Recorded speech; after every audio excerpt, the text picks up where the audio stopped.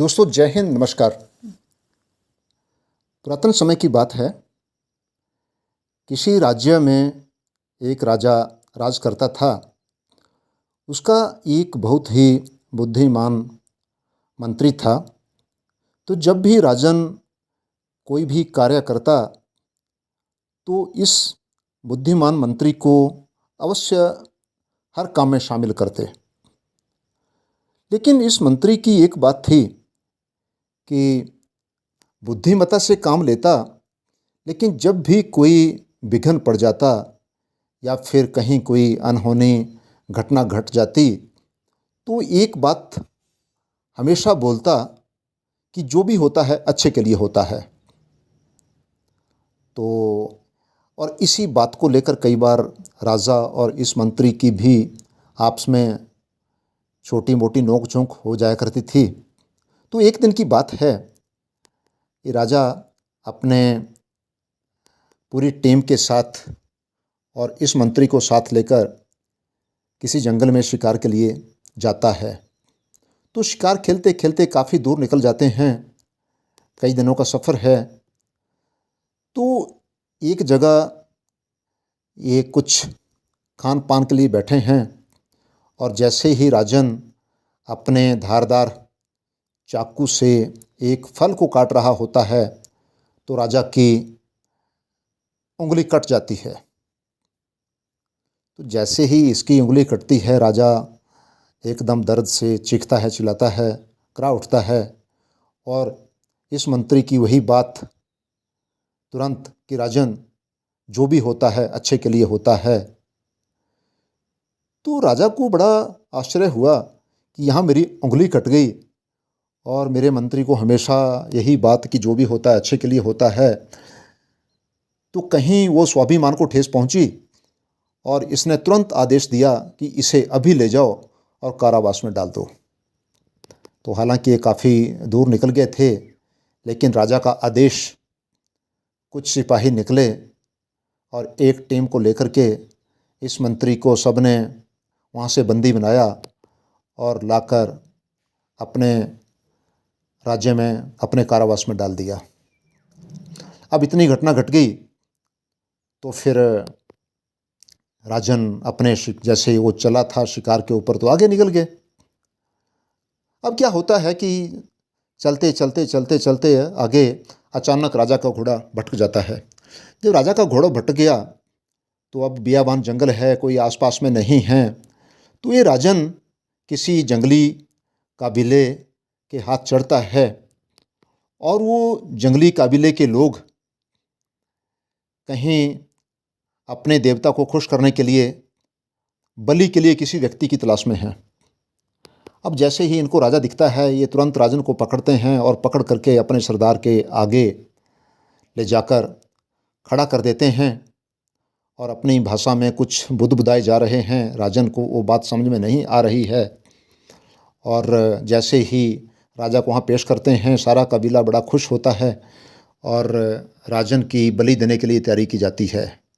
लेकिन बलि देने से पहले इसके एक एक अंग को राजा को नहलाया जाता है, इसको तिलक लगाया जाता है, इसके एक एक अंग को चेक किया जाता है। तो जैसे ही उन्होंने देखा कि राजा की तो उंगली कट रखी है, तो फिर वो कबीले का सरदार बोलता है कि ये तो अंग भंग है, इसका एक अंग कट चुका है जो कि बलि के लिए एकदम ठीक नहीं है, उचित नहीं है। और वहाँ से ये राजा को छोड़ देते हैं। जब राजा को छोड़ देते हैं, राजा अपने घोड़े पर वहाँ से निकलता है। जैसे कैसे करके जब ये आगे आकर अपनी पूरी टोली के साथ शामिल होता है तो फिर तुरंत आदेश देता है अपने अहलकारों को कि जाओ, पहले तो फटाफट जाकर मेरे मंत्री को छोड़ो जिसे कारावास में डाल रखा है। तो अब जब वो जाते हैं और उस मंत्री को छोड़ देते हैं जैसे राजा का आदेश आता है, और तुरंत सारे का सारा जो टीम है खुद भी राजमहल की ओर रवाना हो जाते हैं। तो आकर राजमहल में उस मंत्री से वार्तालाप करते हैं और शुक्रिया करते हैं उस मंत्री का कि तूने तो जो भी आज तक बोला बहुत ही अच्छा बोला। जिस बात का नतीजा मुझे आज मिल गया, और राजा ने पूरी वो कहानी कह सुनाई कि किस प्रकार से वो जंगली काबिले के हाथ में लगा, उसकी बलि ही देने वाले थे कि एक उँगली कट जाने के कारण उसकी ज़िंदगी बच जाती है। लेकिन मंत्री ने कोई राजा से गिला शिकवा नहीं किया। तो अब राजन बोलता है कि मंत्री, आपने तो मेरे से कोई गिला शिकवा नहीं किया, मैंने आपको ये बात अक्सर आप हमेशा बोलते थे, तो आपने जब बोली तो मैंने आपको कारावास में डाल दिया। आपने कोई गिला शिकवा नहीं किया, ऐसा क्यों किया? तो मंत्री बोलता है कि महाराज, जो भी होता है अच्छे के लिए होता है। अब वही बात जब मंत्री ने रिपीट की तो राजा ने पूछा कि आप, मेरे साथ तो अच्छा हुआ, लेकिन आपके साथ कैसे अच्छा हुआ? तो मंत्री ने बोला कि महाराज, अगर आप मुझे उसी दिन कारावास में नहीं डालते तो फिर मैं इस वक्त आपके साथ होता, और जब आपका अंग भंग करके उस जंगली कबीले के सरदार ने अलग कर दिया, छोड़ दिया, तो फिर आपकी जगह मेरी बलि दी जाती।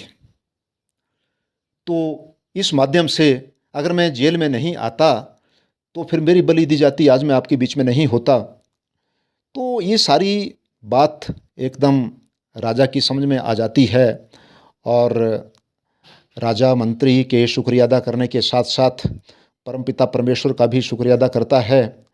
लेकिन इसके पीछे सिर्फ़ और सिर्फ़ हमारी जो सोच है वो हमेशा दूसरों को उठाने के लिए होनी चाहिए।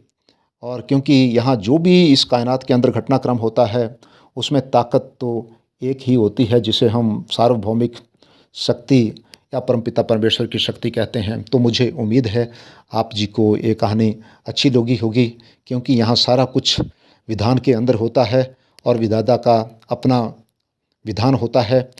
तो हमारी भी ये बात समझ में आ जाए, यही गुजारिश परमपिता परमेश्वर के चरणों में है।